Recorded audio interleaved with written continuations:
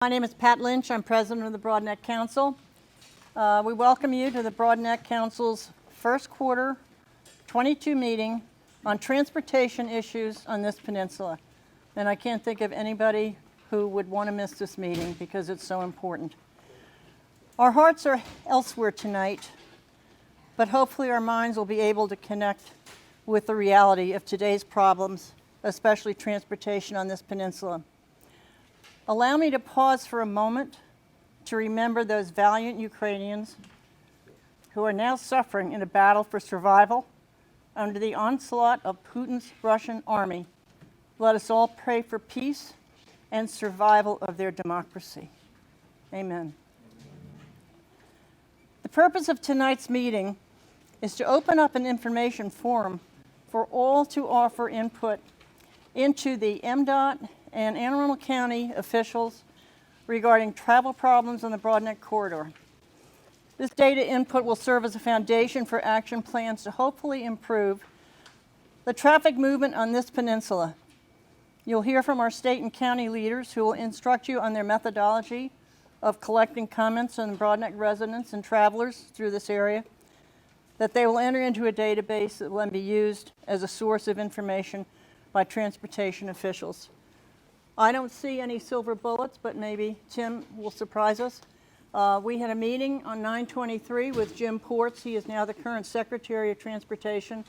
Jim was the Executive Director of MDTA at the time in September. And there were no silver bullets then. However, Jim was honest on the challenges that he's facing, and we know there's a third bridge that's going to be constructed at some point in the future. But right now, we have to work with Tim and his staff and Chris and his team in order to learn what's ahead of us and how to handle it and deal with it. I'd like to introduce our speakers. Tim Smith. Tim is the Chief Administrator for the State Highway Administration, and he has members of his team with him. From Anne Arundel County, Chris Phipps. Chris is the Director of the Department of Public Works. Sam Sneed. Is Sam here? Oh, Sam, hi. Hard to miss. Nice to meet you. I didn't see you there. Sam Sneed, well, now I met him. New Director of the Office of Transportation. Nestor Flores, Senior Engineer for DPW. And Rhodes. Lori is the Deputy Chief Administrative Officer for Land Use. Now you see why I have to write this down, so I remember I studied, under Stuart Pittman. Lori will review the status of some of the important developments on the Broadneck Peninsula that you all know about. Freshfields is one. That's off of College Parkway and Shore Acres Road. Holly Beach Farm is another one. Holly Beach Farm is up near the Bay Bridge. There's a possibility of ferry service and a national park that may be a fact of life up on our peninsula. There are elected officials in this room, and if I don't see you, please raise your hand. Heather Bagnell, our delegate for District 33. And Asia is representing Sid Saab. And have I missed anybody? Amanda Fiedler back there. I didn't see you come in. She's our councilman for District 5. Pardon me? I'm sorry, Jim, welcome. And John Corn. John is the chairman of the Anne Arundel County Bicycle Commission. That's your title tonight. I don't care if it's different from, that's it. Okay, is Kathleen McCune here? Kathleen is running for delegate, also from District 33. Oh, I'm sorry. Oh, I'm sorry, Kathleen. Okay, sorry, my fault. Kathleen is the president of the Arnold Preservation Council. Doug Nichols. Okay, Doug Nichols is here. He's the vice president of the Greater Severna Park Council, and Amy Leahy is the vice president for public affairs. Now, I'd just lastly like all members of the Broadneck Council board to stand up. I have a great Broadneck Council, and they don't get enough thanks and acclamations, so thank you all for helping put this on. I'm now going to turn the meeting over to Tim Smith. Thank you. Yes.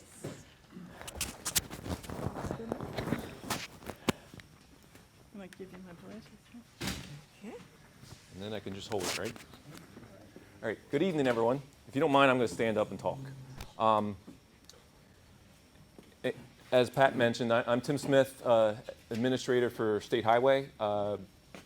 Just a little quick background about me. I've been with State Highway almost 25 years. Been with them, started with materials, then was District 5 engineer, which was part of Anne Arundel County and southern Maryland. So I had some time here with you all, helping you with transportation issues. Then after that, I was chief engineer for the state, for State Highway. And then just the last 2+ years, I've been SHA administrator. So I put my phone down because we do have a little bit of winter moving across the state with us tonight. I think Mother Nature has been pulling out temperatures like people pull out lotto numbers. 74 yesterday, 37 today, it's supposed to be 58 tomorrow. So we're bouncing back and forth here a lot. But I appreciate the opportunity to come and speak with you all and hear your concerns related to the US 50 and congestion, and specifically here on the Broadneck Peninsula. As Pat mentioned, I know Jim Ports was executive director for MDTA, visited you all in September. He gave you some ideas in terms of where they were with history in terms of the Bay Bridge, as far as planning, as far as the schedule for the current environmental planning study related to the bridge. My plan is not to go into that in detail, but I will let you know that MDTA and SHA are brothers and sisters underneath the MDOT umbrella, so there is obviously connections between the two of us. And what they do impacts us and what we do impacts them. So there's obviously connections. Happy to talk about that, but I'm just going to kind of glaze the surface when it comes to the Bay Bridge and focus more on how our operations are being impacted or are being influenced. But I always thought it would be a good opportunity just to kind of reinforce, because I know even within MDOT, some folks don't always know the difference between MDTA and SHA.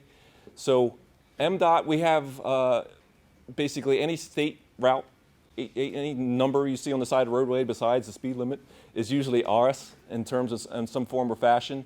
Now, MDTA has some very critical infrastructure around the state. They have the Bay Bridge, obviously. They have the Key Bridge, nice Middleton Bridge, JFK Highway north of the Beltway, ICC, and the tunnels. So they have like what I would like to refer to the arteries or aorta, and then State Highway kind of has the rest of it.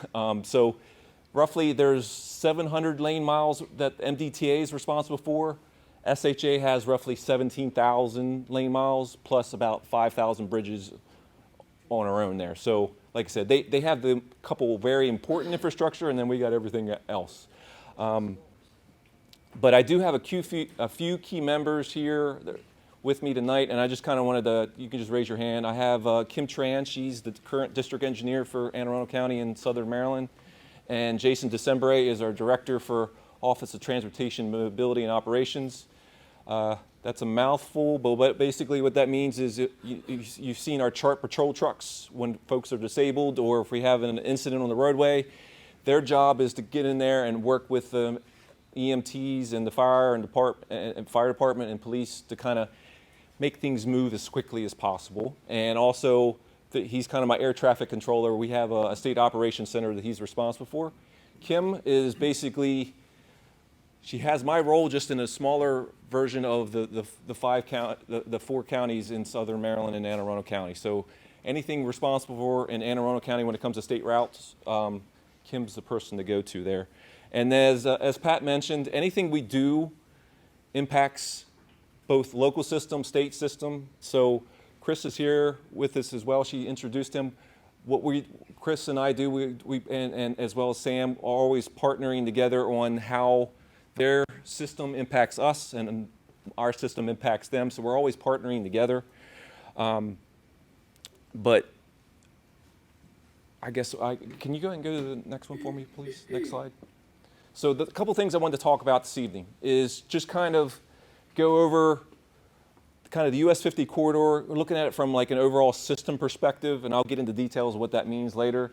And then kind of discuss what we see from the data, what the data's telling us, but more importantly, what we've heard so far. And then, like I said, even more opportunities for you to share, and we want to hear your comments. I have some potential concepts. As Pat mentioned, I don't necessarily have a silver bullet, but I have some opportunities to maybe ease some of the symptoms. I don't have the cure for this congestion, but maybe we can put a wet compress across your forehead for the temperature. And then finally, a big part of what I'm here this evening is, well, we have some opportunities for an online survey, as well as some, we can do that hard copy if that's what you prefer, but more importantly, we need additional feedback specifically about those concepts. So what I want to talk about is just, we need to look at this as an overall regional system. It's not just the Broadneck Peninsula, it's not just Anne Arundel County, it's, when you have 17,000 lane miles and 5,000 bridges, you need to look at it as an entire system and then start using your data to see where you have pinch points, where you have free flow, and you need to look at it strategically. And then as you go, you can start to drill down to different corridors. Once you get down to different corridors, then you can get down to different neighborhoods, communities, homes. So what I know is when I'm visiting folks on the other side of the bridge, we have communities just like this that have raised concerns because of traffic coming the other direction on US 50. So it is not just a Broadneck Peninsula issue, it is a region issue, and that's kind of why I start at that level and then we'll start to drill down. But the big thing that's the reason I also brought up, our partnership with Anne Arundel County and their transportation department and public works is because we're looking at this as systems. Some of those systems impact local and county roads, but we're looking at those entire corridors and trying to figure out ways we can use our existing footprint, but also use technology to move to kind of limit congestion. And the best way I can kind of describe that is if you start looking at our entire footprint, not just the main line, but you start looking at shoulders and where we have a lot of traffic signals in a row, what can we do from a traffic signal timing standpoint, but also adaptive signals, meaning ones that are constantly using the cameras to make good decisions, but also those shoulders, or there's opportunities we can use our existing footprint to move more traffic more efficiently. And we're currently partnering with Anne Arundel County looking at some of those corridors. But if you ever hear me say the word TSMO, sometimes, I'm an engineer at heart, or at least I stayed at a Holiday Inn Express last night. If you hear me say TSMO, that's just Transportation Systems Management and Operations. What that really means is a lot of what Jason's team does in terms of addressing disabled motorists and incidents on the roadway, trying to clear that out and get traffic going as quickly as possible.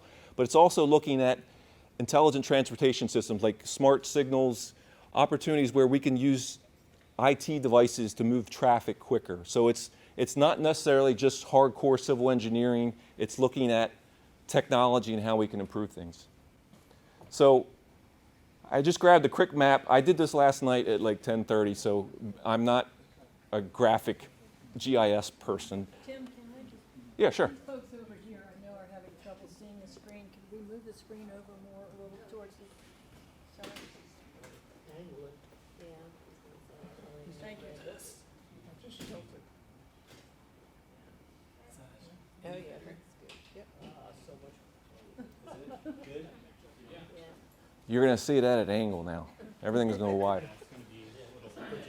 But I was mentioning some of these corridors, but if Bradley, you can go ahead and start. I got this one kind of animated a little bit for me, so go ahead and hit that a couple times. So you got the I-97 corridor, north-south, next. You got the Maryland 2 corridor, north-south, next. 3, go ahead, 214, and US 50. So I guess I use too many sports analogies and movie analogies, so bear with me if I start. If you don't understand sports or I can switch my analogy, just raise your hand.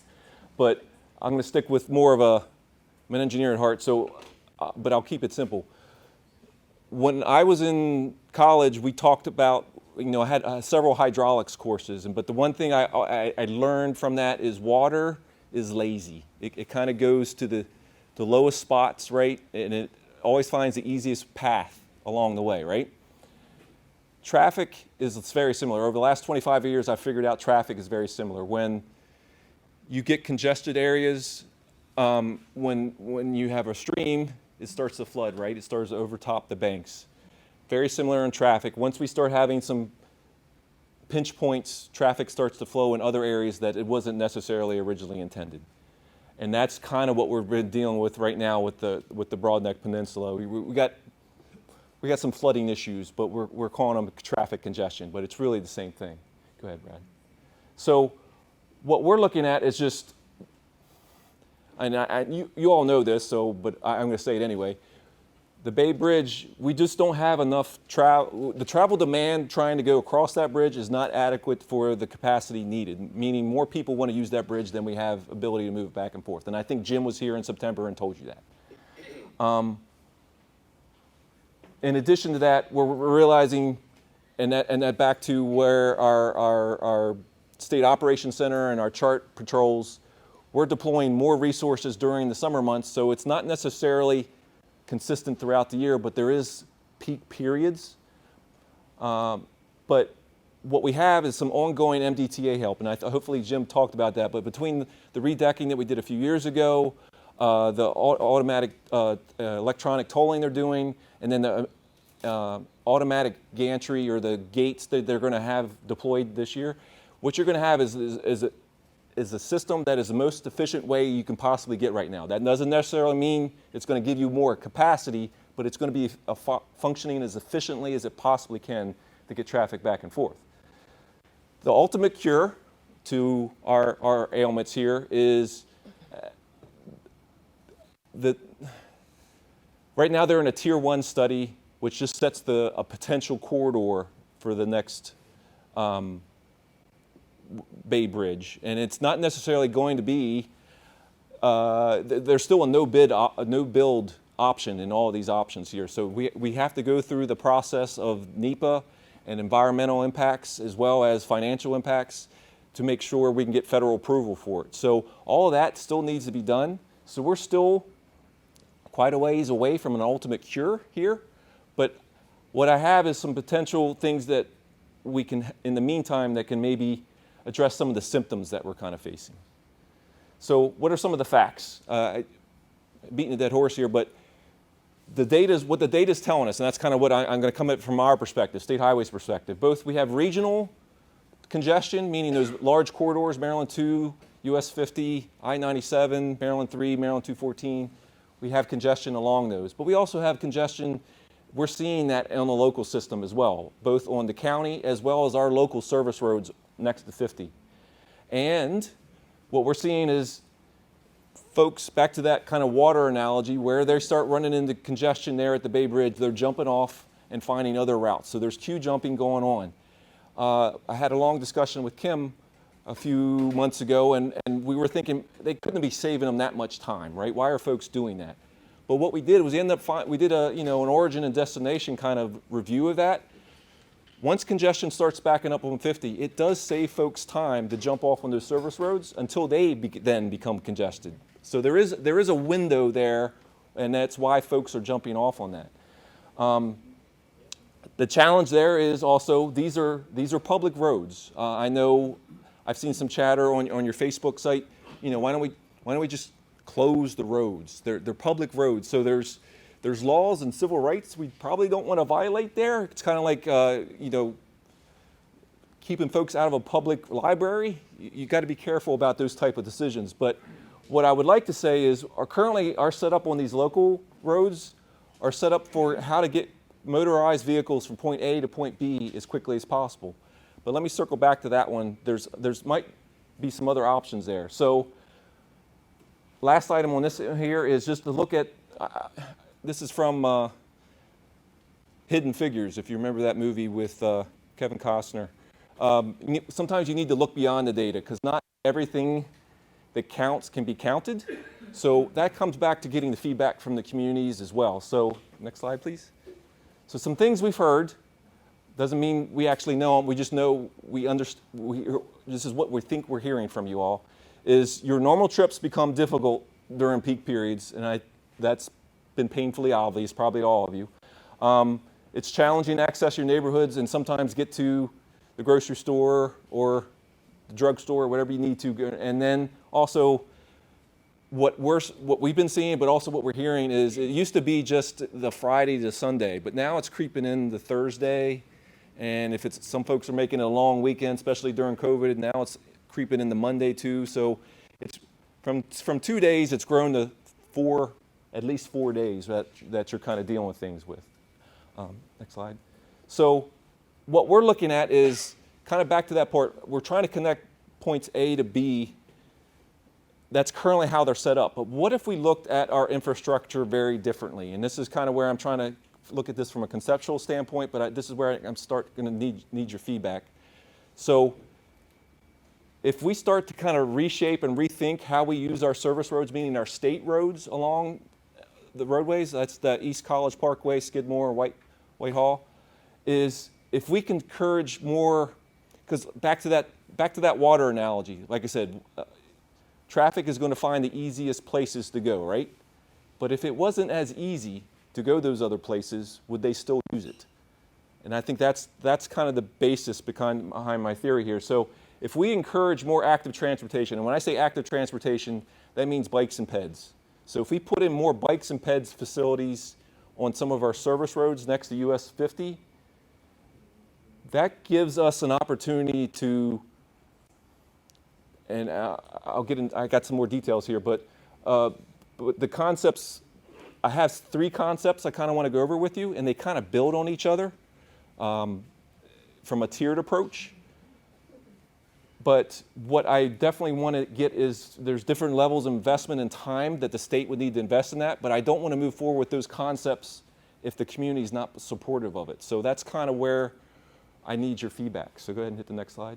So one of those, so near-term concept, right now MDTA is still working on their efforts with the gantries and their gates, right? And you got retaining walls out there and construction traffic on a lot of these local service roads. But they're supposed to be done spring-ish, summer of this year. That opens us up for an opportunity to go in there and try to start addressing these roadways from our perspective, because then the construction traffic will be gone and we can get those roadways back up to a good condition. But what that also gives us an opportunity to do is there opportunities there to look at striping or kind of short-term, non-permanent solutions to kind of discourage traffic on those roadways, meaning, and I want to talk about what a traffic calming device is. What we're trying to do is alter behavior, because right now the behavior is, it's jammed up on 50, let's jump on the local roads. But if you jump on the local roads and that, you have to navigate through some things that are more friendly for bikes and peds, but I don't want to put them at risk at the same time. If we can figure out ways to discourage traffic on those roadways, that's what I'm kind of looking at. And then this is just the first tier of this. It would be a non-permanent solution, but what we're trying to do is alter behaviors here. And the pros here, if I can put some of those temporary solutions in, it would allow me to reduce speed limits through those corridors. So right now we got anywhere from 35 to 40, depending on which roadway you're at. But it also allows me to improve the existing conditions, because the edge of those roadways are kind of banged up at this point. And that's the most quickly I can implement something. So that would be in the next year or two. The downside to that is you're still going to have folks that are going to jump, back to that water analogy, it's still going to potentially be easier to use those local roads. Next one. So this is kind of building on each other. So that was the first one. A midterm one is, what if we take those temporary measures and make them more permanent? Builds on that first one, but what we would be doing would be making geometric changes, potentially at the neighborhood entrances, those local roadways. There's things we can do to allow for better movement out.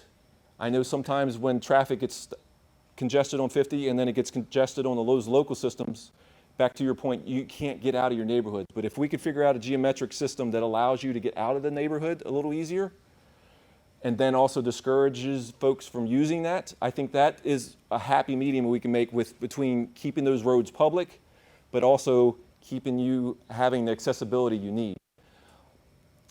And start making those temporary improvements permanent. What else I got on there? So what I like about this one, it starts to reduce the attractiveness of that as an alternate route. We've added some more permanent and probably safer bike and ped improvements. And the challenge is there is it's still not necessarily going to prevent the queue jumpers or the folks using those other routes, but it starts to put those more strict or stronger discouragements on there. Now that's going to take me a little longer to do because there will be right-of-way, design, environmental impacts I got to get through. So that's why I was saying this is more midterm. First one was 1 to 2 years. This one might be 3 to 5. Next one. This is kind of the longer term. Like I said, they keep building on each other. So first one was kind of temporary measures. Midterm was making those permanent. Long term is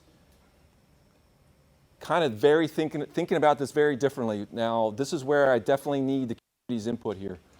If you start thinking about our service roads, they're both bi-directional. You can go either direction, correct? There's an approach here. It's going to add to your daily commute, but I think it would almost fully discourage folks from using it is if you make your service roads, especially along US 50, one way. Now I have to look at what that has impacts on our ramps on both sides because I still want folks to be able to get from point A to point B, but your 3-minute drive to the bank or your 3-minute drive to the grocery store might be 6 minutes now, but you'll always be able to get out of your neighborhood. That's kind of what this longer term solution is. What I need to look at this is, like I said, there's significant right-of-way potential. It will impact your trips. It'll make them longer. And the thing you also got to understand with the permanent, midterm and long-term is they would be year-round. They wouldn't be just during the summer seasons. But what I like about this one is it does eliminate the queue jumping. So until MDTA kind of addresses the congestion overall, it does provide you opportunities. And because I don't know necessarily what the community's sentiment on this topic is, I didn't necessarily want to put a strict date on this, but it's going to be longer than the midterm. So that's why I have 5+ years. So this is kind of where I need your feedback. I kind of need you to react to some of the concepts. I'm happy to share with you the PowerPoint or share it with Pat, and then she can share it with the group. Kind of rate kind of what your thoughts are on some of those.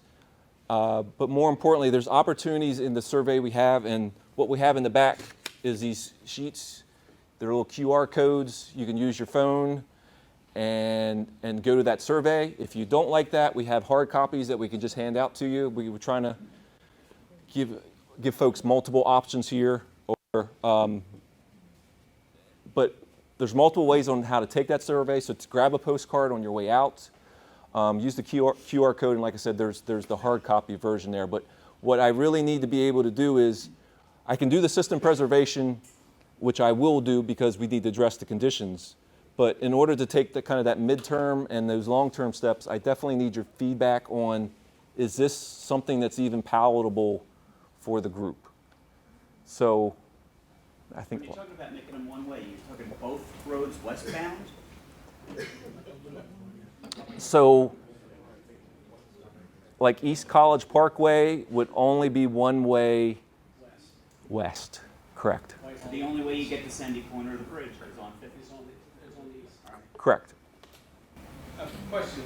Yes. Is there any way to limit access to Route 50 from Cape Sinclair to the bridge? So basically, if you're using a service road, you're not able to get off on Route 50 at Whitehall, and you're not able to get off on Route 50 down at Sandy Point to go over the Bay Bridge. So with discouraged ways, we're telling all these people the shortcut of going on the access roads. So on both sides of the roads, could you have access barriers that are automatic on high traffic days that drop and stop access onto Route 50 eastbound from the northern side as well as the southern side of Route 50 during those peak times? I mean, access for emergency vehicles, they have certain sensors that will open gates, but cut that access onto Route 50 eastbound from both the northern side of 50 and the southern side east of Cape Sinclair. So two things there. That would allow people that live in the local communities to travel both east and west on the service roads and go back to Annapolis or back to Cape Sinclair to access their grocery stores. but not be jammed up with this traffic. So 2 things there. Happy to have you kind of capture that and put that in the survey to help us. But 2, we still got to be careful of the public access there. We can't decide who's living locally and who's not. Well, I mean, they say local roads right now, so that's the discouraged. And it doesn't say you can't be down there and drive around. It just says you can't get on Route 50 eastbound and cheat the queue. If you could drop those gates, I mean, they're putting in electric gates to control traffic flow. Why not electric gates that basically shut off access to eastbound Route 50 on those high traffic? Well, those gates are to I understand it's allow counterflow across the bridge. It's not to allow to control people's. preventing people in and out of a neighborhood. That's the challenge there. They do that in Virginia, though. They close off exits. Yeah, they close off all the. On Route 84? So it can be done. It can be done in Virginia.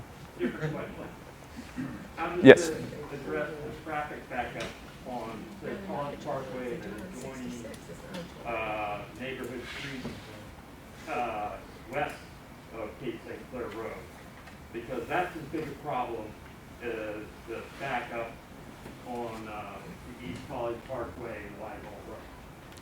That's some of that local knowledge that we need your feedback in that survey. That's why I'm here. Yes, sir. Make a suggestion, on College Parkway, on the west of Cape St. Clair. What often happens when the traffic gets heavy is people who are in the main stream of traffic, who are going home or wherever they're going, can't get off the road so easily. So if you had longer exit ramps or exit lanes, it would help at least somewhat the traffic, because people who are in the traffic and want to be out of it can get out of it easier, and the same with exits. And when they aren't getting out of it easier, what that does is it accelerates the backup through the rest of the road. So, and I would think that would not be a terribly expensive thing. I mean, you may have to widen a shoulder a foot or two, but like from Shore Acres Road to Baydale Road, it's often a situation that you can't get to Baydale Road from Shore Acres and onto Route 50 because the traffic on Shore Acres is so heavy that you can't get to the turn lane. And by relieving some of that pressure, that will help some of the traffic. It's not a perfect solution, but it'll make a difference. Tim, did you want me to, just since it's College Parkway County? Sure. Yeah, I mean, and, you know, we're going to have a presentation following this, the county, and it's going to include College Parkway. And that's going to be one of our considerations for next year is to do a corridor study. We've been doing some spot improvements along College Parkway. You may have seen it at Destiny Circle. We're going to hit that in our presentation. But next year, we're going to be doing a corridor study, a corridor evaluation along College Parkway to see what other improvements we could make, and that would be something we would consider. Yes, sir. Trying to do this respectfully. Okay. I'm curious why you don't address Route 32 feeding into 50. And part of that questioning is, I see if you go extended Route 32, they're going to 4 lanes almost all the way to Route 7. So you got a strong corridor east-west with 32, and it also feeds 50. I'm not hearing yet anyhow any increasing the lanes on 97 between Route 3 and Route 50. You got 2 lanes coming southbound on 97. You got 2 lanes going east on 32. And so when the confluence happened, you still end up with just 2 lanes going forward. Now, I will tell you, I've also heard a lot of complaints about why I-97 isn't 3 lanes, at least to exit 10 coming out of Annapolis. Again, if there's an accident or anything, there's no other exit except exit 10 once you get on it at Route 50. Yeah. So I think, I'm asking, why couldn't Route 32 also be included in what you're doing here for improvements, or getting traffic over the bay? it wouldn't fit on my map that I did. It didn't fit on my map. But 32 is part of our overall looking at the system. And I know your current district engineer is very interested on improving mobility on 97, and a former district engineer who had to use that same commute is very interested in improving that as well. I don't want to get too far into the weeds, but two things that are always helpful with that is if the county kind of makes that a priority on their priority letter, it helps us make decisions. But I also know I'm using data to make better decisions, and if you saw that all those corridors, we're looking at some way we could improve mobility along those corridors. And 97 is one of those where we're looking to how we can add capacity along 97. So I was recently given some concepts with that within the last month or two.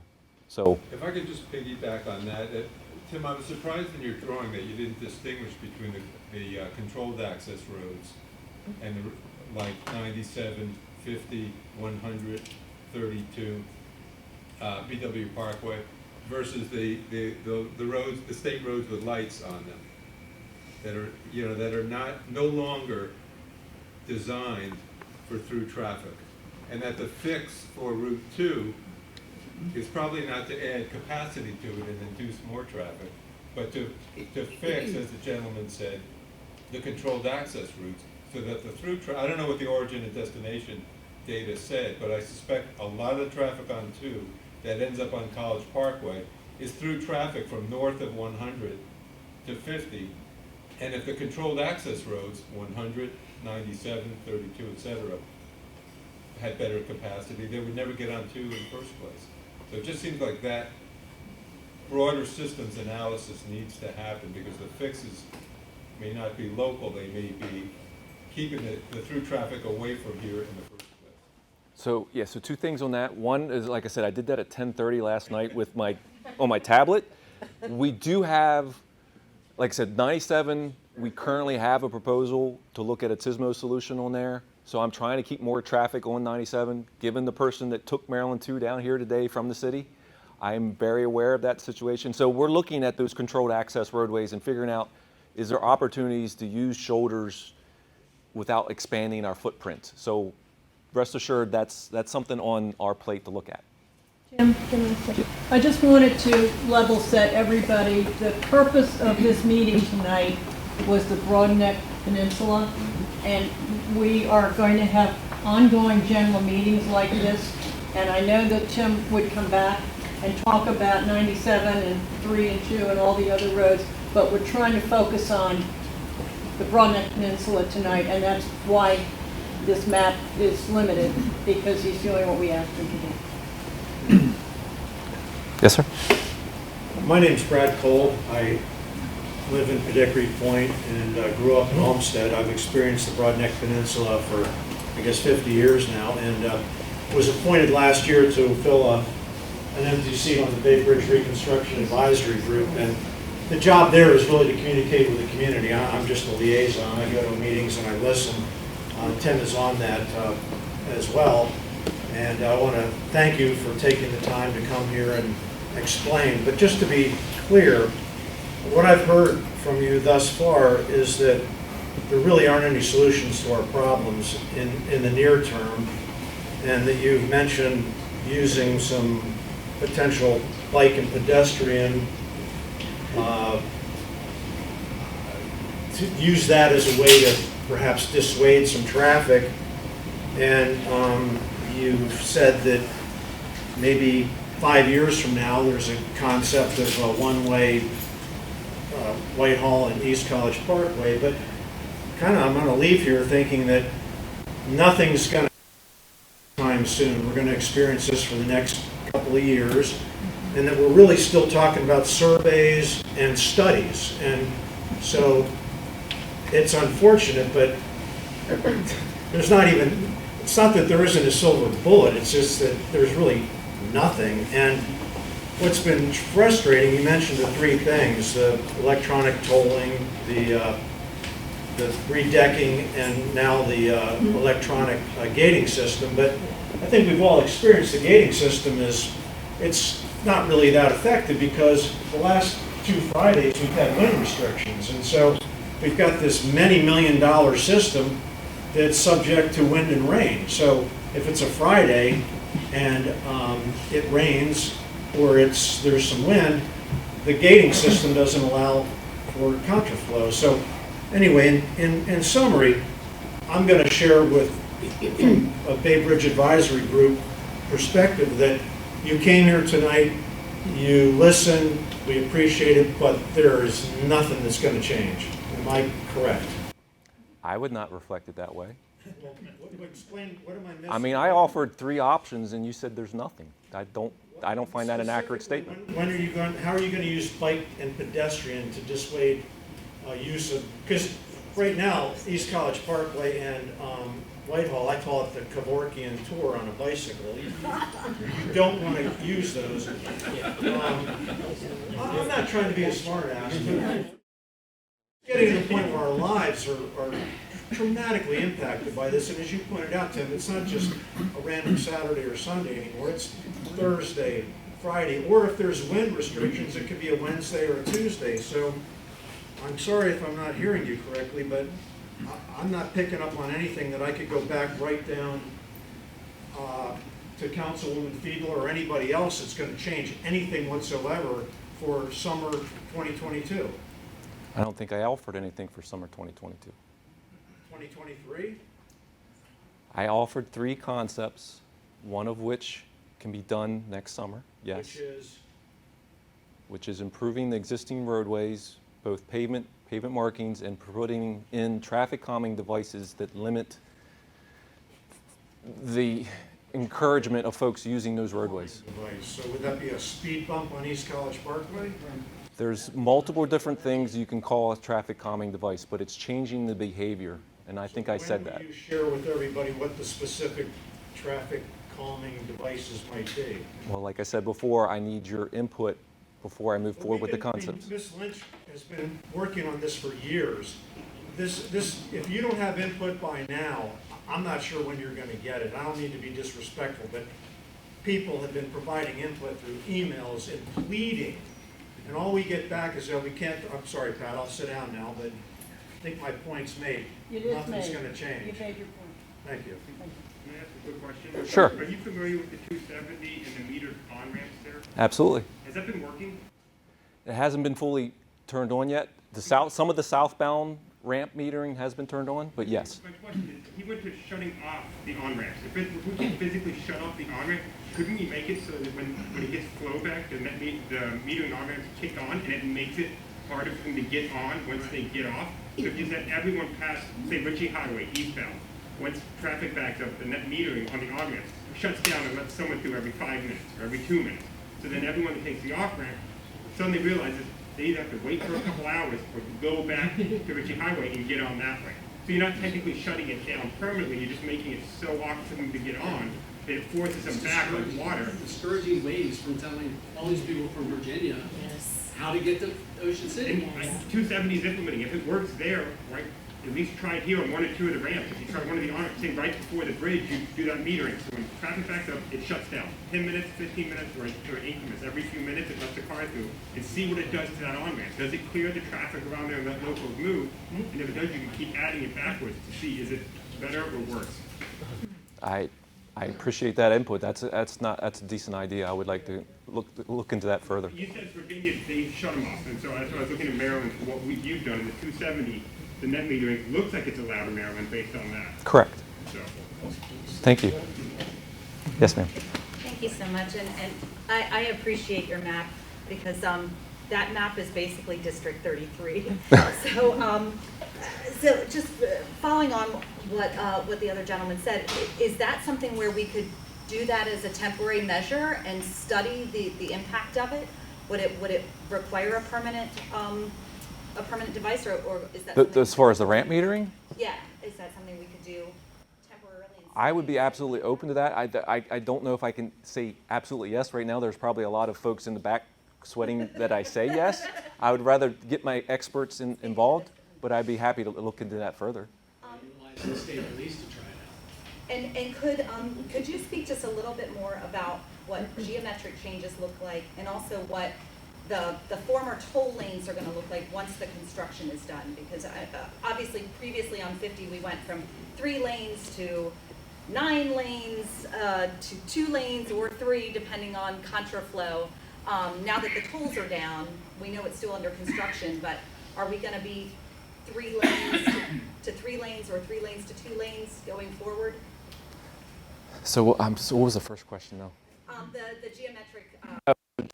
Yeah, I'll just give you some ideas, but that's back to our design team kind of following through on that, but we would work collaboratively with the community to make sure you're comfortable with some of the traffic. But they could be as simple as pork chop islands or putting in gentle curvature through the roadway that allows us to lower the speed limit. It could be putting in both either pavement markings or geometric curb and gutter roundabouts at the end of each connection to another roadway that, back to allowing folks out. If you had a roundabout, as long as everyone's following the rules, you should be able to turn right out of your neighborhood. So in addition to that, we've never done it on a state route because we normally have everything 30 miles and above, but there is traffic calming devices in terms of not necessarily speed bumps, but speed humps. I have them in my neighborhood going into near my house. So I'm looking at opportunities. That's something we're trying to change the culture of State Highway, to look at opportunities that, especially in neighborhoods. So those are the type of things I'm talking about that would either force drivers to change behavior in terms of using a roundabout, going around a gentle curve, opportunities to lower speed limits that discourage them from using those roadways. So for the specifics, I know we have our 3 lanes coming off 50. I don't know the specific details, what it's going to look like when it's in the end, because I know we're not going to go from 3 to 2 to 5, but there's going to be a smoother transition to the automatic gate system. So I can absolutely follow up and give you more details. I'd have to talk with Will Pines and Jim on that one. Just a quick follow-up. How can we help you with the state expedite this process? And you don't have to answer now. We can talk offline, but I do understand that this has been a concern of this community for a long time. So anything we can do to aid moving this forward. Working with the county and making sure they have that higher in their priority letter helps us make decisions at the state level. Yes, sir. Hi, my name is Arjen Van Andel. I have a question about the traffic also on College Parkway, because as you know, when the bridge gets really full, College Parkway is basically over flooding and flooding basically the peninsula. You already mentioned some measures.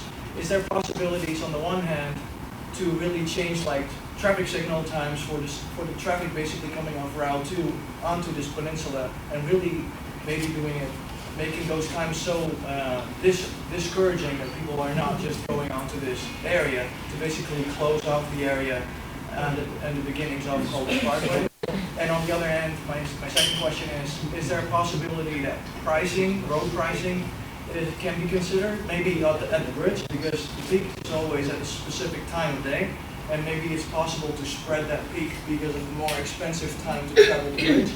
Or are there other options that people who want to drive to College Parkway, who enter College Parkway, that they have to maybe pay? Because if time is one factor, maybe money can be another. Just curious if those things are considered or can be considered.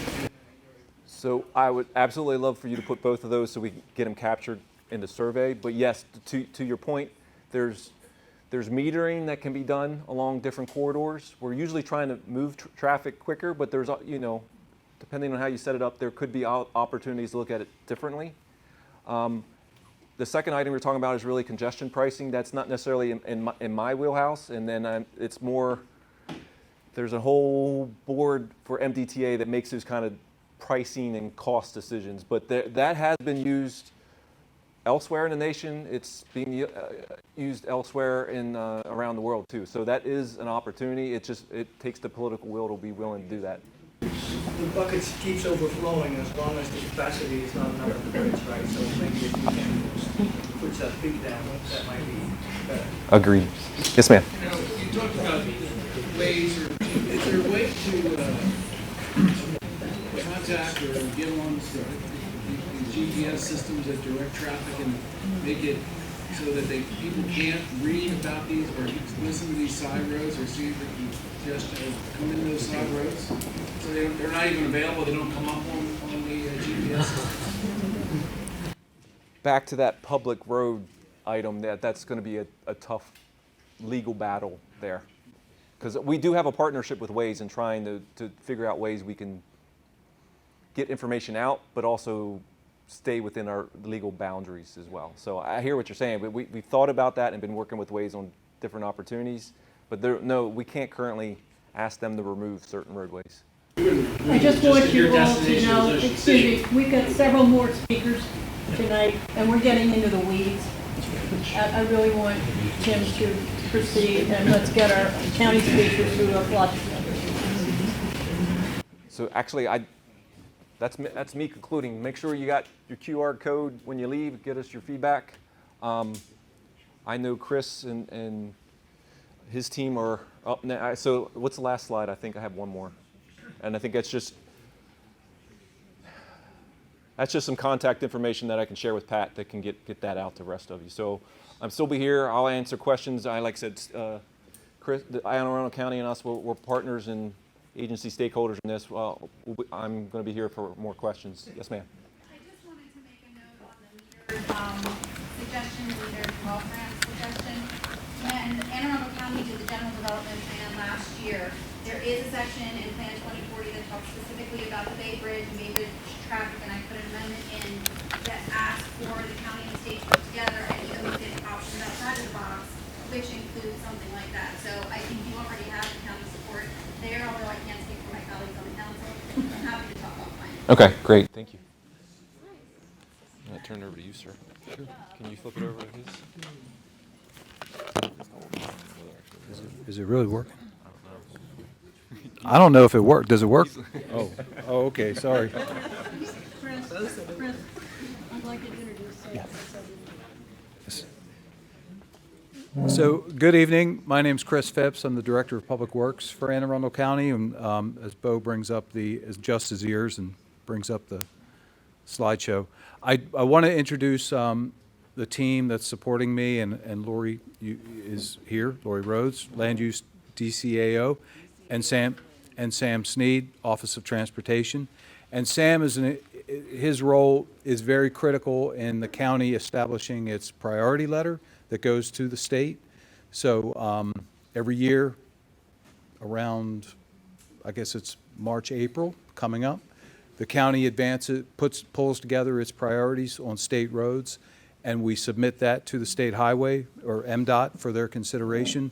And they use that as they put together their consolidated transportation plan, which starts kind of getting unrolled or rolled out in like September, October timeframe. So our priorities have been 175, 32, Route 3, Route 2, 50. We have so many priorities and there's so little funding. Unfortunately, we can't get it all done. What the county has done recently has leveraged its own funding. Thank you, Councilwoman Fiedler, for assisting us in our capital budget. We include leveraged funding on Route 2, Route 3, 214, and the state is leading those projects. So since they're state assets, they're going to be designing and building them, but with a county contribution towards that construction. So, but I wanted to also introduce, we've got Nestor Flores. He's going to assist me in the presentation on College Parkway. And also, we have Mary Lamb in the office, and I'm not sure what hat you're wearing tonight, if it's traffic engineering for the county or proud resident of Cape St. Clair. You can wear both. Where's Heather? Dawn Thomas. Dawn's in the back. She's from Recreation and Parks, and she's here for any questions on the trail. We've got a couple slides on the Broadneck Trail as well. So before I get into our presentation on College Parkway, I did want to give you a few stats similar to what Tim provided from the county roadway system that Public Works is responsible for. We've got about 4,800 lane miles of roadway that we're responsible for. and over 80 bridges that we're responsible for, over 80,000 traffic signs, 130 traffic signals that we're responsible for. So, and the list keeps growing. Every year we add assets to our inventory, and it is challenging to keep up, but we do our best. And so with that, I'm going to let's go to the next slide. And Nestor, you can. Well, I think I've hit this. Oh, and Brian Ulrich is here too. Brian works for Sam in the Office of Transportation. He's probably the one that puts together the priority letter every year. Next slide, please. So, good evening. I probably know some of you as we work together on a lot of these issues. Primarily, you probably heard that we do a lot of the traffic calming aspects of the county. So I've been, just like Tim gave you some history, been with the state for 28 years. I'm pushing 20 years with the county. I started as a consulting world, so then I went to the county, and I've enjoyed it every single year that I've been here. So hopefully by the end of the night, I'm gonna still keep enjoying it. If not, Tim, hope you're hiring. What I'm gonna focus today on some of the stuff that we've done already on College Parkway. You've probably seen it as you travel it. Right off the bat, the first thing we did was change the speed limit. We went from 50 to 40. I've been hearing a lot of requests over time, as Tim and Kim can tell you about it, is that traffic engineer has moved and progressed. Over the years, we started with pure data. But now we got to take into account how the road changes and the lane use around changes, right? We got the trail, we got the Broadneck Trail going along. We got, a lot of activities. COVID hit, and then we started walking more, going to the park more. So there was crossing taking places. So we decided to make an intermediate change at Destiny Circle, provide some pedestrian crossing as a short-term strategy. Some of you might say, well, Nestor is still unsafe. And I might grant you that, but we're moving slowly. We don't move, excuse me, team, as slow as the state. We move a little bit more quicker than the state. But, I got to also go through the process of doing a proper design. So ultimately, which could be the next slide, but we're going to do some improvements, okay? So what we've done also at the crossing was do some pavement markings short term. So there's two ways I can do changes in the county. I can do the changes with capital projects, or I can do the changes with operating, right? What you guys give me basically in taxpayers. So a lot of the changes that you see out there right now, I did it with my staff. Mary Lamb is here. She's the superintendent for the traffic main shop. So our guys were out there grinding lines. You might have seen them on the Saturday morning making changes. So that's what we've done as a short term, okay? Go to the next slide, please. So this is what is out there, right? It's a rectangular rapid flashing beacon. Yes, team, I got permission. And then this basically is just as a way of raising awareness as we cross the street, right? It's not a stop, but I'm just trying to raise awareness. Now, the cool thing about this crossing is that when you press the button, I have a device out there that you don't have to keep pressing anymore. It detects you. It's going to hold that flash until you finish crossing, okay? So that's one of the first ones in the county that we have. I think Howard County, I stole the idea from Howard County. They have it in their crossing. So I like that idea. That way you don't have to keep pushing the button. It's already pushed, and then it will detect you until you finish crossing, okay? So just different perspective. Would you guys see? Next slide, please. So what is the future? What are we going to do in College Parkway? Well, right off the bat, I'm going to upgrade that crossing with more protection. I'm going to upgrade it to a pedestrian signal, okay? It's only going to go red when the pedestrian activates it, okay? And it's not going to go immediately red. It's going to give, some detection to make sure I don't create a trap for you. Number two, we're going to do part of the design of the signal. We're going to do a better job on the lane usage at the intersection. Potentially, we're going to add a right turn lane into the park. Ms. Pat has, kindly enough, has been my soundboard, and she suggested, which I agree, if we don't do a right turn lane, potentially rear collision could take place, right? We don't want to do that. So we're going to be adding a right turn lane, looking into that. We mentioned a study. I know you don't love that word study. I love that word study. I'm a traffic engineer. But one of the things we're going to be looking into coordination with the state. What can we do to the county as looking into the signal? I think the gentleman say, use traffic signal timing to create a congestion. Some of you might already said, Nestor, you had a great job. You created congestion already. But we're going to use that study to see what we can do. Not only the smart signals that Tim was mentioning in, because, not to toot our own horn, but Anne Arundel County was one of the first one in the state to have smart signals.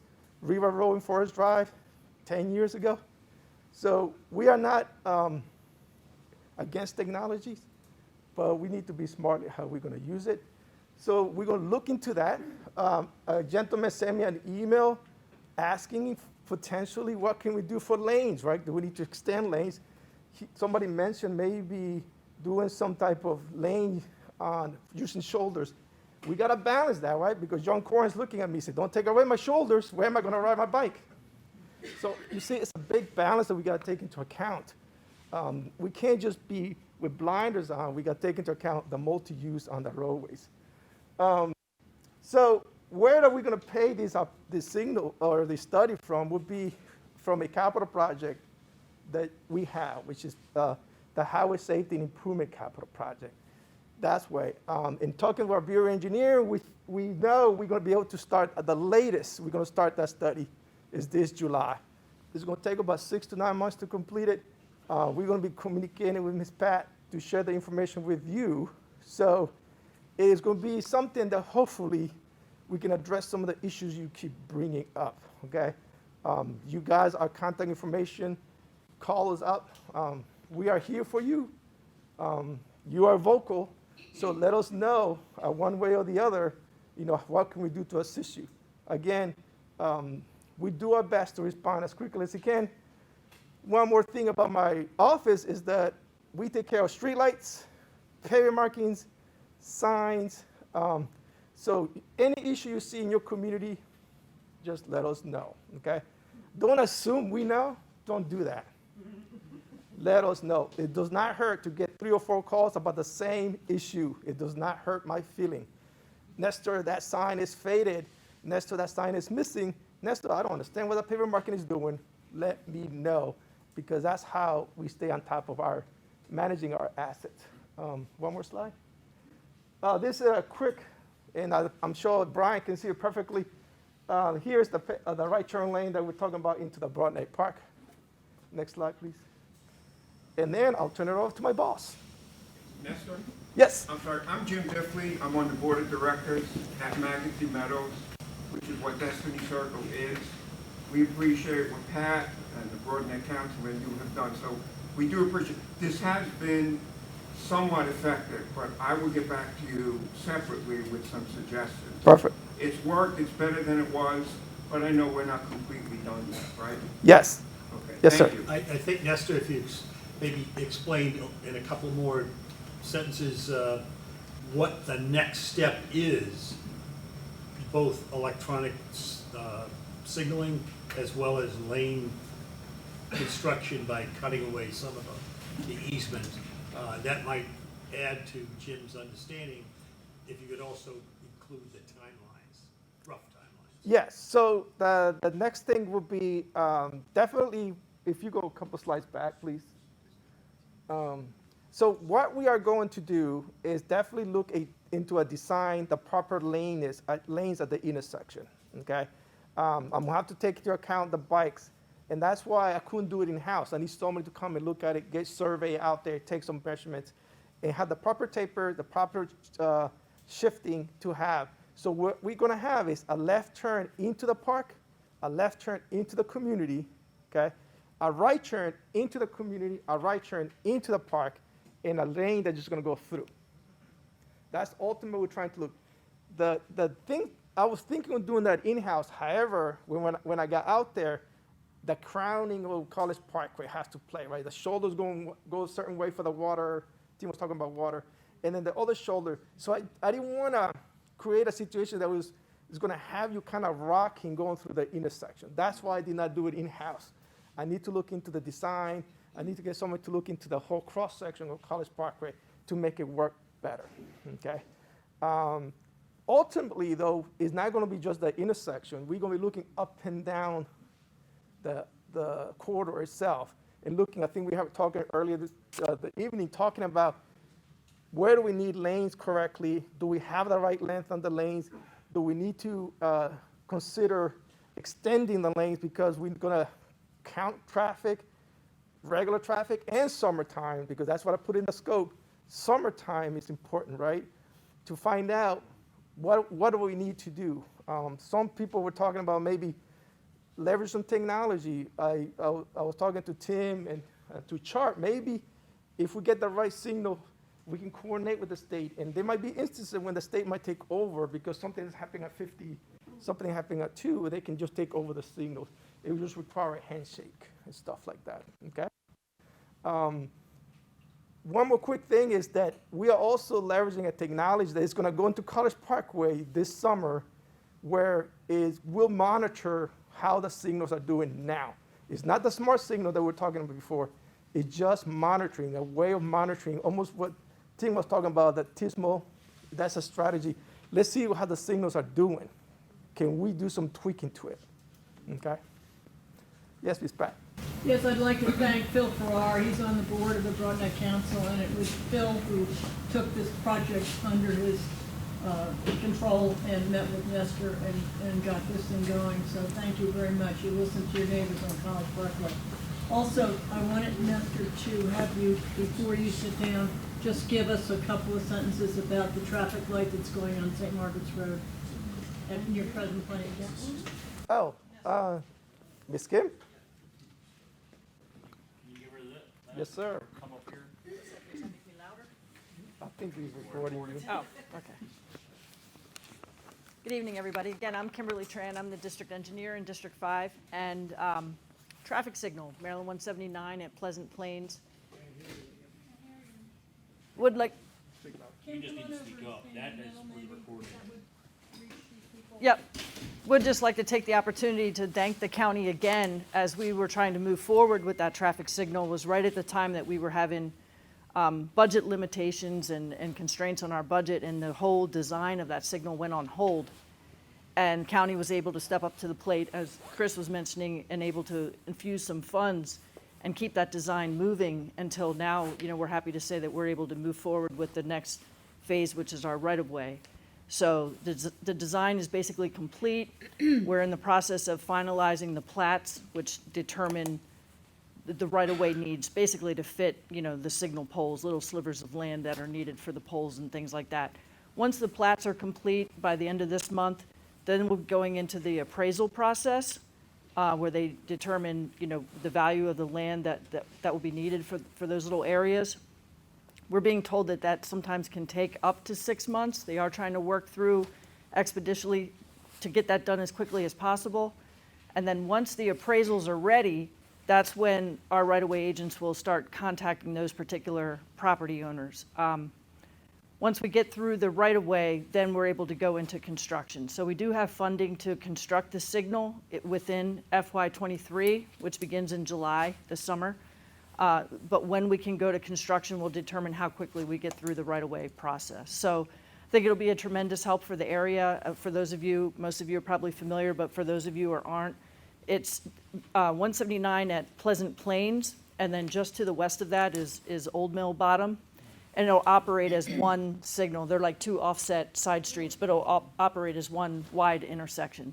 So Pleasant Plains will go separately or independently from when Old Mill Bottom proceeds. So we just call that split phasing. But that'll be a big safety and operational improvement through that corridor. So look for it to go into construction sometime in the fiscal year that starts after this July.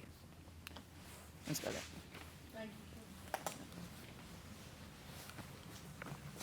Thank you. One other question on College Parkway. Now that the speed limit is reduced to 40, when do you anticipate enforcement by county police? So we work very closely with the county police. Some of you might know Corporal Bellis, right? Corporal Bellis is a great person to know. So he is our contact. So last week we had a coordination meeting with the county police, and I brought it up to him. Not only are we going to do that, ask him to do some target enforcement, I'm also going to bring back, remember the big signs I used to have that say new speed limit? I'm going to bring that back again just to keep raising awareness. To Tim's point, we can't just lower the speed limit. We need to do some type of traffic calming, and that's some of those issues that we have. So it's going to be, trying to work on enforcement and in education at that point. So we work. Of course, they can't be there all the time, but we're going to try to do some type of periodic awareness to just raise awareness to everybody. As you know, we just travel where we feel comfortable, but land use has changed on College Parkway. We need to start be more mindful and travel to the speed limit. If I could just add a point on that, Pat, for everybody in the room. Everybody in this room that lives on Broadneck Peninsula, many of you use College Parkway. If everybody who lives here on the peninsula would use College Parkway at no greater than 40 miles an hour, it would have a tremendous educational impact on all other cars on the roadway, because they are forced to drive at 40 miles an hour, and they get used to doing it, and you could be a great assist to the county police officers. And just do the arithmetic. The road from Cape St. Clair to Ritchie Highway is 4 miles. If I do it at 40, it takes X amount of minutes. If I do it at 50, it takes, I think I calculated 72 seconds more. How many people really need those 72 seconds? If you don't get stuck at every light. No. I always get stuck at the lights. If you were trapped at lights, it wouldn't make any difference. It's 72 seconds is all you gain by running at 50 versus 40. Okay, time's up. Actually, I think I've got just 2 splash slides real quick right there. I did want to steal an opportunity to just splash the Broadneck Trail project up on the screen. Even though we are going to there's a meeting scheduled for March 8th, and it is a remote meeting. It's going to be Zoomed, and the information on that I don't have, but it's on the county's website. So the login information for that Zoom meeting on March 8th, and with Recreation and Parks and my design team from Public Works. But this is basically the rendering of the trail, what we still need to finish. So we've got 2 main sections, phase 3, and we expect that to be starting sometime in this spring, once we can get approvals to award the contract. And then phase 1B and 5, which is really picking up pretty much at where East College Parkway is and taking you all the way down to the park. And this is probably something we want to make sure that we're closely coordinating with, based on the conversation with, using East College Parkway and bike lanes and things like that. But this is already designed, pretty much complete, and we'd be moving forward hopefully sometime this fall. So next slide. This just shows it a little bit more detail, phase 3, where it picks up at Peninsula Farm down to Baydale. And then the next slide, a little more detail, little granular detail on the alignment itself, for the phase 1B and 5. So, but a lot more detail on that will be provided March 8th at the Zoom meeting. Okay, Lori. Next slide. Thank you, Chris. Good evening again. My name is Lori Rhodes. I'm a Deputy Chief Administrative Officer for Land Use. I've been with the Pittman administration for about 17 months. Prior to that, I worked over 25 years in the zoning division, so I understand what zoning and land use can do in terms of impacting people. The county executive, first of all, wanted to express his frustrations that he couldn't be here in person tonight. He had a large speaking engagement that was already prearranged, so I'm here and I made sure I typed all the words so I would say exactly what he wanted to communicate to you.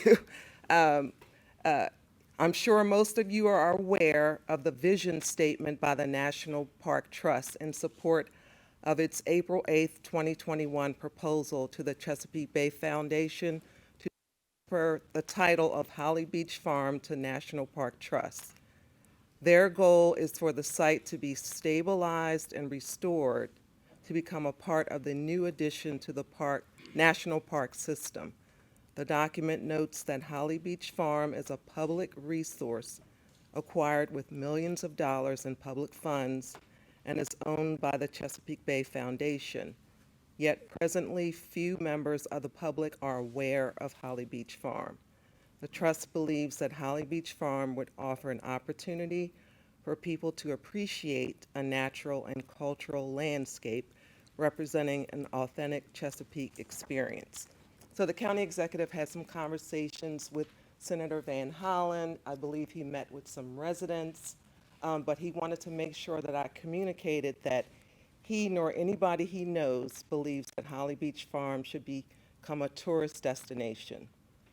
He actually proactively took the action offering Jonas Green Park as a gateway to a potential future Chesapeake National Recreation Area, thereby taking off the pressure for Holly Beach Farm to become that gateway.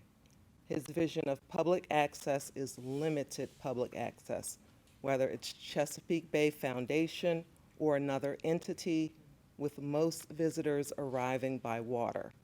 Holly Beach Farm, as you know, is an ecological treasure and it must be protected. I know a lot, Pat has been talking about ferries and others as well. So the county executive obviously supports exploration of the possibility of use of water taxis and ferries. He has put it up for study at this point. Perhaps it could be an extension of the Annapolis Ferry. He doesn't believe it would add traffic and could potentially reduce bridge traffic by taking people to the Eastern Shore destinations without driving across the bridge. Sam Sneed, our transportation director, had a conversation with MDOT, who stated that any ferry transport proposal would require a phase 2 DEIS, which would be an effort funded and managed by that office. The county executive will continue to advocate for consideration of multimodal transportation planning and will continue pushing in the phase 2 NEPA study for those options to be considered. He advocated aggressively for the all-electric tolling and the automatic lane closure roads to bypass Route 50 traffic. He really hopes that we all can work together on these issues now and as the state transitions to the new administration. So Pat will continue to work and talk about all of these issues. We've been working together for many, many years. And I know Pat wanted to talk about fresh fields. I talked to the Office of Planning and Zoning Director, Steve Kai Ziegler, and as of February 4th, the sketch plan has been reviewed. There are 25 pages of comments, and at this point, there are significant comments that need to be addressed. I know traffic is one of the concerns, and the traffic impact study that was presented does not meet the requirements at this stage, so I'll keep Pat informed. Tell them where that's located, Shore Acres and East College Parkway. Where this is located. Freshfields, for those of you who don't know, Freshfields is an 11-acre parcel off of Freshfield Lane. It is right at the junction of Shore Acres Road off of College Parkway. It would be a traffic nightmare to put 37 homes on 7 of the 11 acres. And we are actively working with the county and yeah, and the roads that would be impacted would be Maryland 2 at College Parkway at Jones Station Road, College Manor Drive, and Freshfield Lane. So those are the roads that were studied as part of the traffic impact study. So It's in the sketch plan phase. It has to go to final phase, and at this point in time, they have not addressed several comments. There are about 25 pages of comments. Yeah, and Steve Kai Ziegler, who is the head of OPZ, Planning and Zoning, at a meeting this week, he advised us that he had many, many problems and concerns over putting that number of homes on that tract of land. So we have lots of work to do. Nothing's going to happen with Freshfields currently, but it's certainly getting a lot of attention. I think you had a question. Yes? Are we opening up for questions? Yes. So from your statement, you're telling me our current county executive is for creating a national park on the opposite side of Route 50 at Sandy Point? No, I'm saying he wants to offer up Jonas Green Park to take the pressure off. You're going on record saying he does not support that becoming a national park, Holly Beach Farms. What I'm saying is, I just read this, an excerpt from the vision of Holly Beach Farm from the National Park Trust. The county executive is not in favor of that being a destination, a tourist destination. He wants to offer. Destination aside, yes or no, is he in favor of it becoming a national park and potentially having a ferry service there? He asked us to study that. No, he's not. He does not want a ferry service at that location. That's not my understanding. Park, and if you're saying environmentally not impacting the land, you're going to have to dredge for ferries. That's going to have significant impact to that what is now an untouched area. And as I've indicated, that would require a process, a DEIS, a phase 2. He's considering alternative modes of transportation. Ferries is something that he wants us to look into, and at this point, we're studying that issue. So we know where, does everybody know where Holly Beach Farm is? Yeah. You know, how far would you say that is from the Bay Bridge? How far would you say that? It's close. I mean, you can see it. You can. How are the cars that are going to go there? You talk about getting people over the other side once they're there, but how are people going to get there to get on the ferry to get to the other side? And do you think that's not going to have, does he think that's not going to have impact? Well, again, like I said, we're studying it. He wants to consider it. It's not something that is going to happen anytime soon. That requires a lot of investigation. Hold on just a second.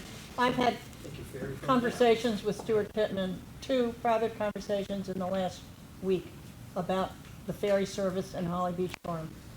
Everything that you know, we've already presented to him. So trust us, we're working with him. All Lori is telling you is that there is a study going on. It is not a popular topic for anybody from the Broadneck Peninsula to be discussing. I have yet to find anybody who's in favor of it. So I don't want her hit by this because she's just telling you what's going on.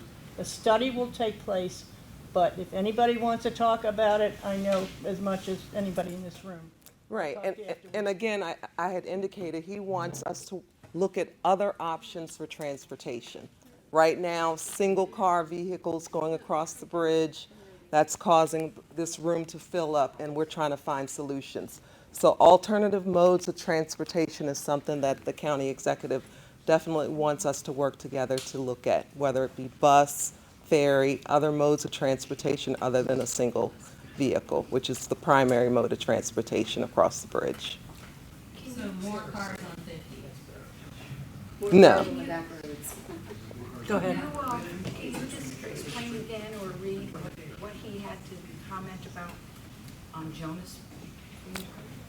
Oh, I said that he actually proactively took the action of offering Jonas Green Park as a gateway to a potential future Chesapeake National Recreation Area, thereby taking off the pressure for Holly Beach Farm. I know where it is, but could you just say where is that? Is that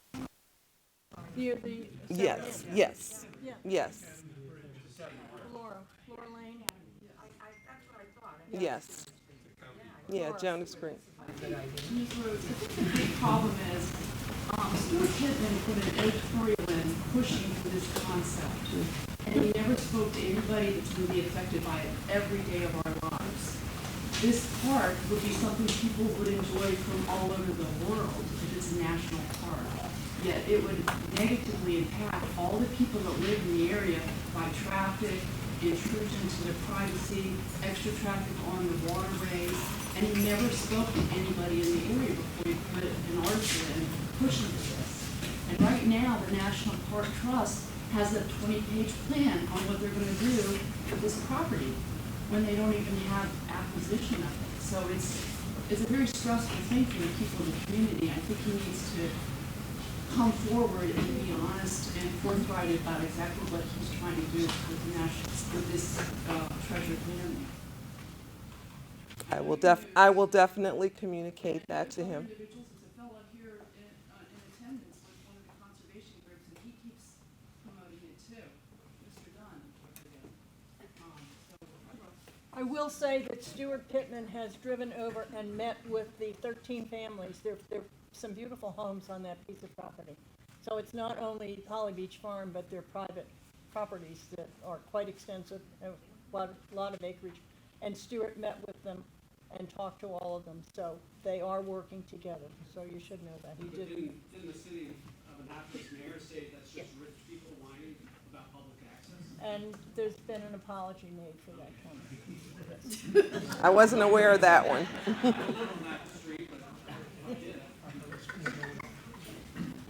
Okay. But yeah, the county executive cares about the environment. He's actually exploring these ideas, and so we are looking into opportunities for multimodal transportation. And that's something that, the county executive is going to continue to advocate for. Anything else? I have nothing else. Okay. You're invited to stay afterwards for... Oh, Sam? Oh, I'm sorry. Sorry. Hello? Well, I'll just speak. I can talk loud. Oh, okay. Here we go. Okay. Sure. We have two plans that are out right now. Vision Zero, which is a real plan to target safety, and it's available online for your public comment. But we also have another plan out. It's our updated bike ped plan. And this is the phase where all of you get to comment. You can put in key intersections that are problematic. You can draw lines to show where you want to add bike lanes, where you want to add safe multi-use paths. And this is important because this is how you get in the pipeline of projects. As Chris mentioned, we have a CTP letter that we sent to the state. We also have a CI project process as well. And when you put your idea into the plan, it can be then studied, designed, implemented, and operated. So this is your real first step to look at that plan. Get online. It's a GitHub tool. It's really easy and functional to use. You can just draw it out, type up your comments, support your friends. If you all live on one street and you get on the GitHub tool, you could highlight a piece of road and type in, here's where I want bike ped improvements. Here's where I want sidewalk. I know there's not a lot of room for sidewalk on some of these streets, but there are other areas, this peninsula. As someone who, I've been sailing around here for like 10 years, now I'm a power boater, but I'll put that aside. But I'm very familiar with, I like the fact you like that joke. I'm very familiar with the area, and I really want you all to take the opportunity, because that's how you get projects in the pipeline. You really have to get them into the plan, then we study them, and we can start designing them and implementing them. Yeah. Sam, that map that you have on that survey is great, but I had problems when I took a look at it because the network that's on there to include connectors and everything right now, is that what would be in the new plan? Because I was having a hard time distinguishing what was stuff that is already, in the current plan and what might have been added onto that map. So it's a combination of public comments that people put in, so you can see all of those, and then the existing network. So it's both. And I know at first when you go in there, it can be a bit offsetting because so many people have put comments in. But if you turn off the comments, then you can just see the existing network. So if I use one example, the crossing that is there by the park and ride off of Route 2. Right, Saverna Park. Right now, you know how you get across the road there. Mm-hmm. But also, just a short ways down to the southern part of Route 2, it looks like that there would be another proposed crossing. Is that a bridge? And is that part of the plan? So if it's drawn in as a comment, it's not in there yet. If it's proposed and approved, then it could be a project in the future. I'd have to look at that specific one you're talking about. Okay, and I should be able to tell that when I put my cursor over any one of those spots, it comes up with a little bit of a legend. Yes, yes. Okay. The legend helps. And we also have it promoted in Bay Weekly. If you all read Bay Weekly, it's a good opportunity to just get that link and use that GitHub tool to get your ideas and comments in. Sam, you have a question over here. What is the web address that you keep referring to? Sure. You could go to Anne Arundel County Government and then go to our transportation webpage, and it should be listed under the Walk and Roll Bike and Ped Master Plan.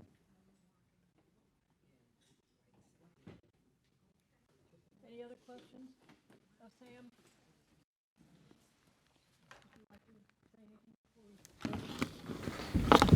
Yeah, I appreciate the feedback from everyone tonight. Don't forget your QR codes, because like I said, we have some concepts out there we'd love to move forward with, but we need the community support, because in those cases, it would potentially impact your commute times, but also provide you some relief from the congestion. So appreciate the feedback and have a safe drive home. Okay. We will have Thanks, another everyone. general meeting for you folks, and I know we've got to go back to the Bay Bridge. There are a lot of questions that I have, that we all have on the, like contraflow, eastbound contraflow, the construction of the 2-lane bridge that will be replaced by an 8-lane bridge. Lots of things going on, so keep watching for our notices of meetings. Thank you all for coming.